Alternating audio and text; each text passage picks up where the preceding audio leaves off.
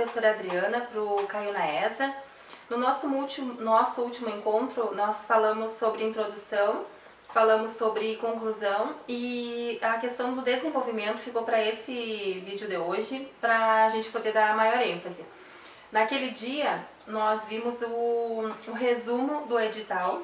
O resumo do edital nós chamamos de sumário. Ele contempla, na introdução, a contextualização, que chamamos de assunto.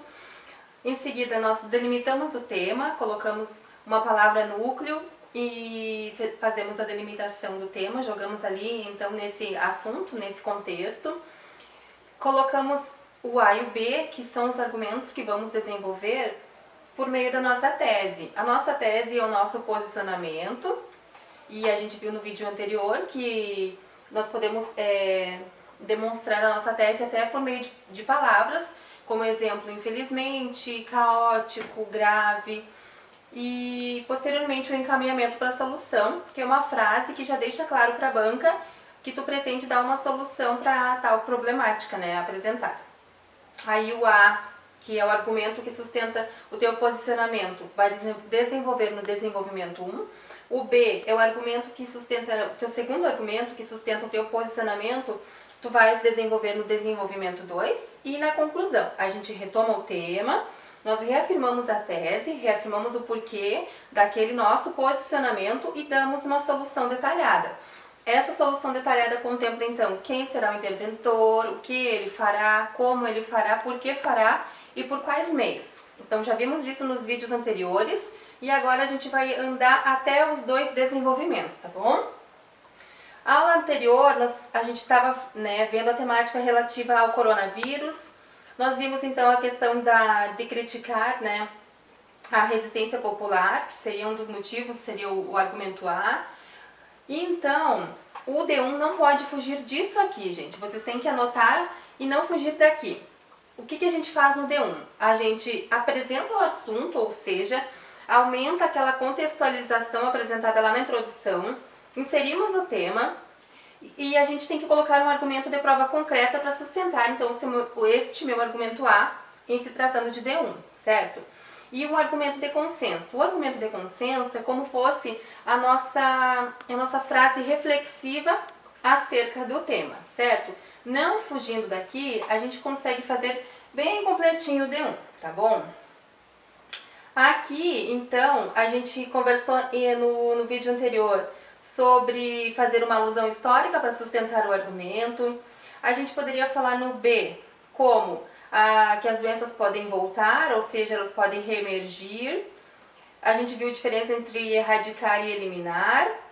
Nós vimos também alguns dados para a gente sustentar o caos, que é a palavra de tese, falada lá na introdução. E aí, sendo o exemplo sendo um tema, desafios para garantir a vacinação dos brasileiros.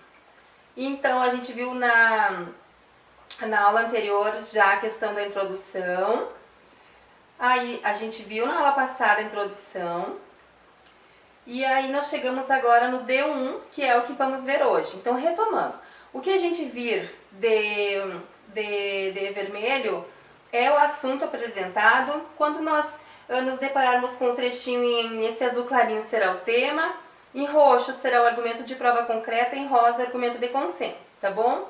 Então assim, D1, retomando, ó, vermelho, apresentação do assunto. Em primeira análise, é importante sinalizar que a falta de estrutura nos postos de saúde e hospitais, que é o A que a gente viu no vídeo anterior, compromete a eficácia do tema, que é a vacinação, colocado então por meio de outra palavra, da imunização em escala nacional. Aí a gente vai comprovar, argumento de prova concreta. Isso se explica porque, apesar da Carta Magna de 88 garantir o direito à saúde, a má gestão dos recursos públicos e a corrupção comprometem a qualidade dos serviços prestados.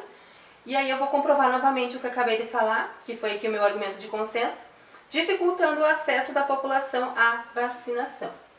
Então, o que fica claro aqui? Vou retornar a esse slide. A gente não fugiu dessas questões que são importantes para eu fazer o meu desenvolvimento. Eu Apresento o assunto, ou seja, eu aumento um pouquinho a contextualização, jogo uma palavra núcleo do tema. Aqui foi imunização substitutiva, para não repetir vacinação. Falei, comprovei, ou seja, tudo que falo, comprovo. Como eu comprovo, professora? Por meio de argumentos concretos que levem o avaliador a entender e visualizar que eu tenho domínio sobre o que estou falando. Pode ser dados, pode ser percentuais, pode ser fato histórico, pode ser alguma citação. E o argumento de consenso é aquela apreciação crítica que funciona como um argumento de consenso, certo?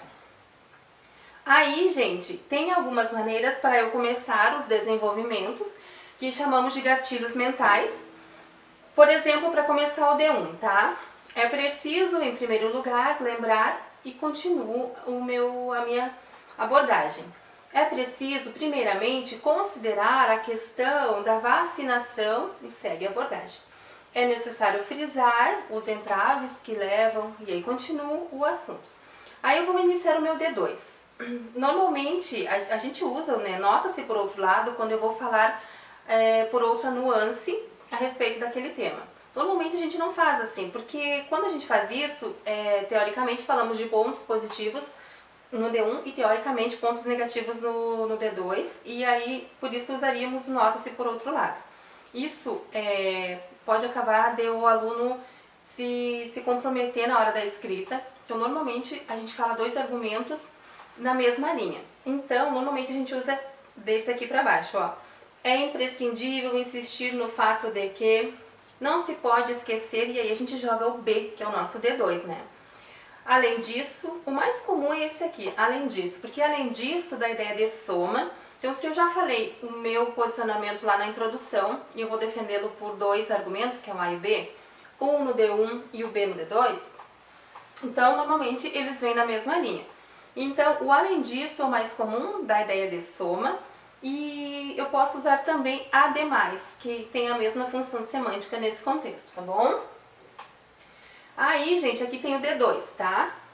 Argumento de consenso, tema, o argumento de prova concreta e a contextualização, o assunto. Vocês observaram que o assunto aqui, ele está lá embaixo, não tem uma ordem, mas eu só não posso fugir disso, tá? Então, colocou-se assim. Outro sim, elemento de coesão. É válido salientar que a falta de informação, que era o B, que a gente viu no vídeo anterior, pode interferir na escolha dos pais quanto a levarem seus filhos para o tema, para a vacinação. Comprovarei isso então, falei, comprovei. Argumento de prova concreta. Coesão. Isso afeta sobretudo camadas mais vulneráveis da população que não entendem as consequências da falta de imunização preventiva. Coesão. Sob esse viés, o filósofo Émile Durkheim afirma que a sociedade é como um corpo biológico onde as partes devem interagir para garantir a coesão e igualdade. Ponto. Coesão de novo. Dessa forma, sem o engajamento de todas as camadas sociais, o país pode voltar a sofrer com os efeitos ocasionados por doenças graves como o sarampo, a poliomielite e a rubéola. Gente, então sobre desenvolvimento, para fechar o que tínhamos começado no encontro anterior, é isso, nos encontramos em uma outra ocasião. Até lá!